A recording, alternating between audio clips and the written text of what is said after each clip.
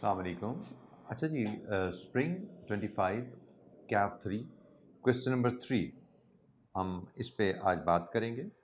Question number 3, calculate compute the factory overhead rate per direct labour hour for each product using activity based costing. अच्छा, इस सवाल को जब हम ज़रा देखते हैं पास्ट पेपर क्वेश्चंस के कंपैरिजन में, तो हमने तो देखा था एबीसी के तहत जो रेट निकलता है वो पर यूनिट निकलता है। ये पर आवर कैसे निकलवा रहा है हमसे? तो भाई कोई परेशानी की बात नहीं। पर यूनिट अगर 10 रुपये रेट निकला है प्रोडक्ट ए का और प्रोडक्ट ए बनाने में 2 घंटे लगते हैं, तो पर आवर रेट कितना हो गया? 10/2 5। तो एक एडिशनल स्टेप शायद आपको करना पड़े। अभी जो रिक्वायरमेंट देखो मुझे जहन में एकदम आया कि हम तो एबीसी में ओवरहेड कॉस्ट पर यूनिट निकाल लेते थे ना। तो बहरहाल हम सवाल पढ़ते हैं और फिर देखते हैं इसमें कोई इसके अलावा कोई बात है। Work Hard Limited is engaged in the manufacturing 3 products and uses activity-based costing for allocation of factory overheads. The details of its overheads for the month of April 2025 are estimated as follows. ये जनाब overheads की detail है।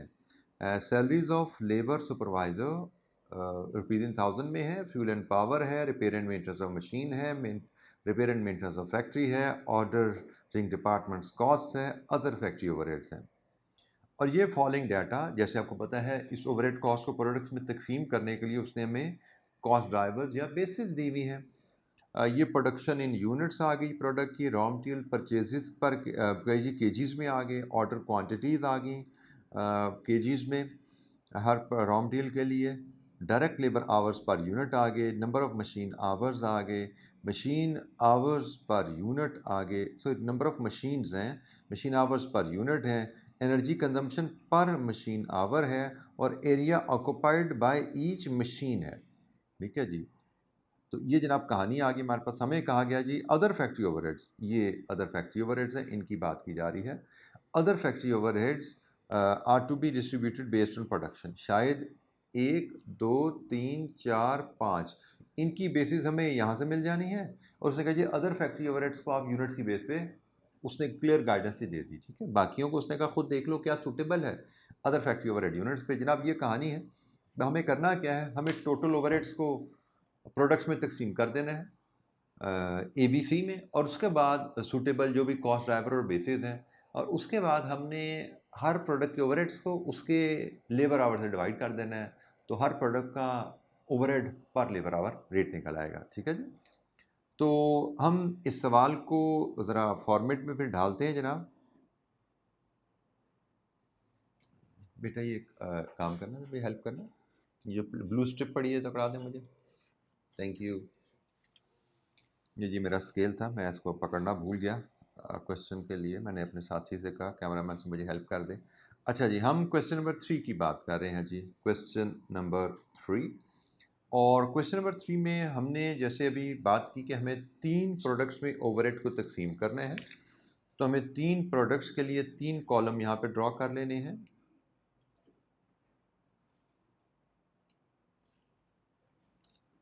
और यहाँ पे हम basis ले आते हैं। बेसिस के लिए हम ज़रा एरिया बड़ा कर लेते हैं ताकि हम इसमें कोई ज़्यादा हमें डिस्क्रिप्शन डालनी पड़े तो हम उसको ले लें। लीजिए जी, ये कहानी है ए बी सी बेसिस और ये डिस्क्रिप्शन ऑफ द कॉस्ट।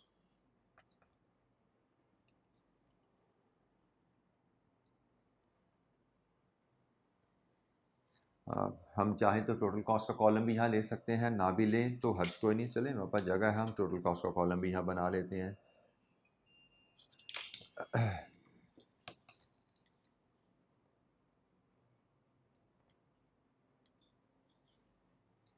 अच्छा, ये हमारे पास जो ओवरहेड्स की आइटम हैं, एक सैलरी ऑफ लेबर सुपरवाइज़र है,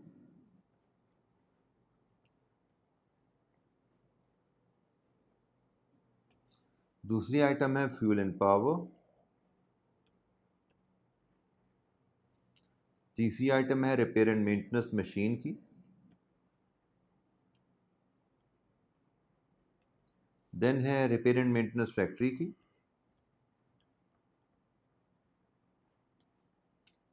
देन है ordering departments cost, and the last item is other factory overheads. अच्छा जी, अब हम इनकी टोटल कॉस्ट हमें रुपीज़ इन थाउजेंड में, तमाम वैल्यूज़ रुपीज़ इन थाउजेंड में गिवन है। मैं यहीं पे ऊपर टेबल की टॉप पे लिखता हूँ। तो ये जनाब 14,400 है, ये 13,220 है, देन 9,000 है, इसके बाद 6,360 है, 3,300 है, एंड 1,275 है। ठीक है जी, ये हमारे पास ओवरहेड्स की डिटेल अवेलेबल है, टोटल ओवरहेड्स। और इसको हमने अब ब्रेक करने हैं बेसिस, सूटेबल बेसिस के साथ प्रोडक्ट्स के दरमियान।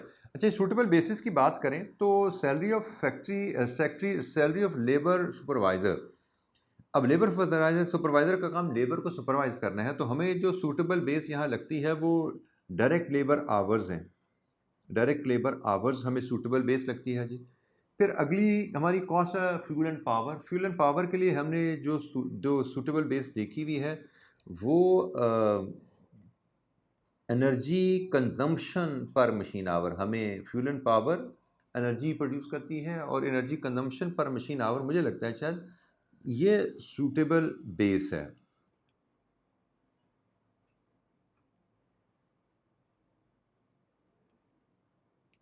इसके बाद रिपेयर एंड मेंटेनेंस मशीन है तो इसकी बेसिस मशीन आवर बनती है। रिपेयर एंड मेंटेनेंस फैक्ट्री है तो इसकी बेसिस एरिया बनती है। ऑर्डरिंग डिपार्टमेंट कॉस्ट है तो इसकी बेस नंबर ऑफ ऑर्डर्स बनती है। और आखिरी cost number of production units हमें गिवन है अदर ओवरहेड की बेस।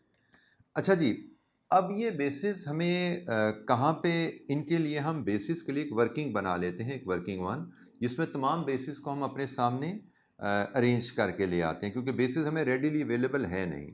वर्किंग हमें बनानी पड़ेगी जिसमें तमाम बेसिस हमें कैलकुलेट करनी पड़ेंगी।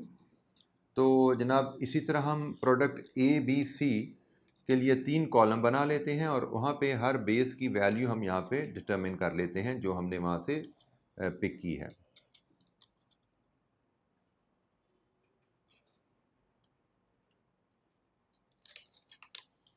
प्रोडक्ट ए बी सी, और हमारी जो बेसिस हैं, डायरेक्ट लेबर आवर की बात करें सबसे पहले, डायरेक्ट लेबर आवर। अच्छा जी, हमारे पास आवर्स पर यूनिट अवेलेबल है। जैसे प्रोडक्ट ए की बात करें तो इसके आवर्स पर यूनिट हैं 1.25 और इसके यूनिट्स हैं 50,000। प्रोडक्ट बी की बात करें, आवर्स पर यूनिट हैं 1.5 और इसके यूनिट्स हैं 55,000। प्रोडक्ट सी की बात करें तो इसके आवर्स पर यूनिट हैं 1.75 और इसके यूनिट्स हैं हमारे पास 60,000। लीजिए जी, यहाँ से हमारे पास बेस जो है उसकी वैल्यूज़ आ जाती हैं, डायरेक्ट लेबर आवर्स। प्रोडक्ट ए के 62,500 हैं, प्रोडक्ट बी के 82,500 हैं और प्रोडक्ट सी के 105,000। लीजिए जी, ये हमारे पास labour hours of each product आ गए। दूसरी बेस हमारे पास जी एनर्जी कंजम्पशन है। एनर्जी कंजम्पशन,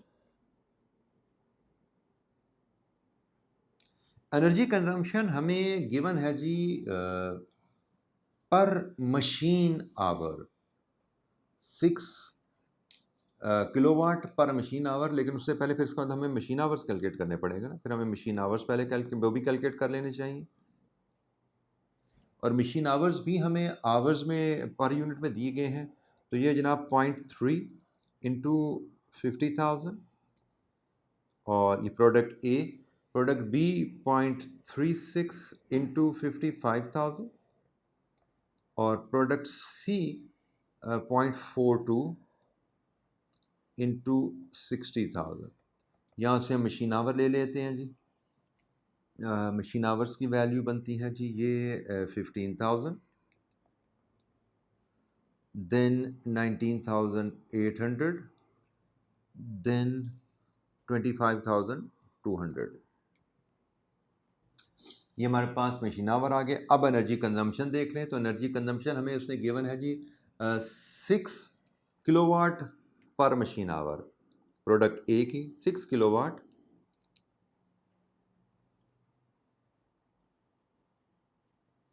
प्रोडक्ट ए के लिए it is 6 kilowatt per machine our, और प्रोडक्ट ए के मशीन आवर थे 15,000।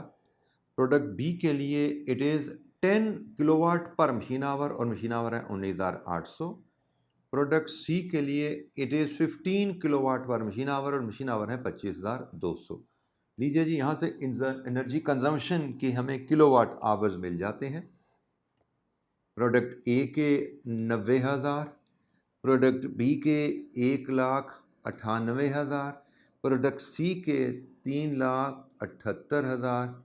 लीजिए जी, यहाँ से हमारे पास रेशोज़ बननी शुरू हो गई हैं। ये भी रेशो बन गई, ये भी रेशो बन गई, ये भी रेशो बन गई। अब आ जाइए एरियाज़ की रेशो पे। अब हम एरिया की रेशो बनाते हैं। एरिया हमें बताया गया जी ऑक्युपाइड बाय ईच मशीन, यहाँ पे अब कैच दिया उसने, एरिया बाय ईच मशीन उसने दिया, फिर नंबर ऑफ मशीन अलहदा दी गई हैं। जैसे प्रोडक्ट ए में 20 स्क्वायर यार्ड्स पर मशीन है, और प्रोडक्ट ए में जो नंबर ऑफ मशीन यूज़ हो रही हैं वो 30 है। प्रोडक्ट बी में एरिया पर मशीन 18 है, और प्रोडक्ट बी में जो मशीन यूज़ हो रही हैं वो 40 हैं। प्रोडक्ट सी में एरिया पर मशीन 16 है, और नंबर ऑफ मशीन जो है यहाँ पे 50 है। अब यहाँ पे बेटा कैच था कि किलोवाट आवर्स में भी कैच था कि उसने किलोवाट आवर पर मशीन दिया है। हमने काफ़ी सवाल किए जिसमें kilowatt hours for the product दिए जाते थे। इसी तरह एरिया भी पर मशीन दिया उसने। हमने बहुत से सवाल किए थे जहाँ पे एरिया फॉर द प्रोडक्ट दिया जाता था। तो ये छोटे छोटे से कैच हैं जो एग्जामिनर डालता है, जो कि आप तभी पकड़ सकते हो जब क्वेश्चन को, जैसे मैंने कहा, 2-3 दफ़ा पढ़ोगे। ठीक है, तो क्वेश्चन को कम से कम बेटा 2 दफ़ा, और थोड़ा सा मुश्किल लगे तो 3 दफ़ा पढ़ने से भी नहीं घबराना। ज़्यादा मुश्किल सवाल हो तो 4 दफ़ा भी पढ़ना पड़ सकता है। Be prepare for the reading. आपकी रीडिंग का कॉन्फिडेंस होना चाहिए कि क्वेश्चन पढ़ के समझ आएगा, और समझ आएगा तो ही हल होगा सही बेटा। तो लीजिए जनाब, हमारे पास एरिया की ये नंबर्स भी आ गए। ये 600 हो गया, ये आपका जनाब 720 हो गया, और ये हमारे पास जनाब 800। और अब हमारे पास रह गया जनाब नंबर ऑफ़ ऑर्डर्स। ये इसकी वर्किंग रहेगी। नंबर ऑफ़ ऑर्डर्स वर्कआउट कर लेते हैं जनाब, ये भी नहायत ही आसान है। नंबर ऑफ़ ऑर्डर्स, हमें हर प्रोडक्ट के लिए कितना रॉ मटेरियल खरीदना है। जैसे प्रोडक्ट ए के लिए हमें रॉ मटेरियल खरीदना है 75,000, और उसका एक ऑर्डर है 25,000 का। तो इसका मतलब 75,000 तकसीम 25, 3 ऑर्डर हो गए प्रोडक्ट ए के। प्रोडक्ट बी के लिए हमने रॉ मटेरियल खरीदना है 1,10,000, और इसका ऑर्डर साइज है 27,500। नंबर ऑफ ऑर्डर्स आ गए। प्रोडक्ट सी के लिए हमने रॉ मटेरियल खरीदना है 1,50,000, और इसका ऑर्डर साइज है 30,000। इसके भी नंबर ऑफ ऑर्डर्स आ गए। तो हमारे पास नंबर ऑफ ऑर्डर्स आ रहे हैं गालिबन, मुझे लगता है 3, 4 और 5। लीजिए जी, और नंबर ऑफ़ यूनिट्स हमें रेडीली अवेलेबल हैं। चले मैं आपकी आसानी के लिए वो भी यहाँ पे ले आता हूँ। प्रोडक्शन भी नंबर यूनिट्स हम यहाँ पे ले आते हैं, ताकि सारी बेसिस हमारी यहाँ पे इकट्ठी एक लाइन में आ जाए। प्रोडक्शन उसने बताया हुआ जी 50,000 यूनिट्स, 55,000 यूनिट्स और 60,000 यूनिट्स। ये टोटल 1, 2, 3, 4, 5, 6 कॉस्ट हैं। 1, 2, 3, 4, 5, 6, उन 6 की बेसिस हमारे पास हैं। तो इन कॉस्ट को अब इन बेसिस पे हम तकसीम करेंगे, और जब हमारे पास यहाँ पे टोटल कॉस्ट आ जाएगी हर प्रोडक्ट की, इसको हम डिवाइड कर देंगे डायरेक्ट लेबर आवर्स। वो हमें नीचे गिवन है जनाब, ये डायरेक्ट लेबर आवर गिवन है 62,500, 82,500 और 1,05,000। और इनको जब हम डिवाइड करेंगे तो जनाब ये हमारे पास factory overhead per direct labour hour for each product आ जाएगी। ठीक है, ये ए है, ये बी है, तो ए डिवाइडेड विद बी, ये हमारा फैक्ट्री ओवरहेड रेट पर लेबर आवर आ जाएगा। मैं ये तकसीम की वर्किंग को स्किप कर रहा हूँ, ठीक है, क्योंकि हमारे पास कॉस्ट अवेलेबल हैं, और ये तकसीम की रेशोज़ आ गई हैं। इन रेशोज़ में कॉस्ट को तकसीम करना, इस वर्किंग को मैं स्किप कर रहा हूँ, वो आप खुद बड़ी आसानी से परफॉर्म कर सकते हैं। तो ये जनाब हमारा question number 3, it was easy question, और इसको हम वेरीफाई भी कर सकते हैं। ज़रा मार्किंग स्कीम को देख लें ज़रा। क्वेश्चन नंबर 3 हमने देखा तो माशाल्लाह 69% पास रेट है, मतलब बच्चों ने इसको बिल्कुल हलवा समझा इस क्वेश्चन को।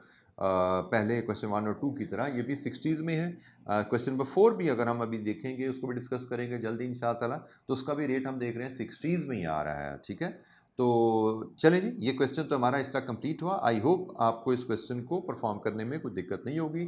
छोटी-छोटी सी चीज़ें मैंने जैसे कहा हर क्वेश्चन में नई आती हैं। नई चीज़ें का मतलब ये नहीं कि आप क्वेश्चन कर नहीं सकते। नई चीज़ों का मतलब थोड़ा-सा अलर्ट हो जाइए, तवज्जो कीजिए, क्वेश्चन को 2-3 दफ़ा पढ़ेंगे सब समझ आ जाएगा इंशाअल्लाह, ठीक है जी? क्वेश्चन में पूरे पेपर में कोई 1 आध क्वेश्चन, 2 क्वेश्चन होते हैं जो आपको ज़्यादा तंग करेंगे।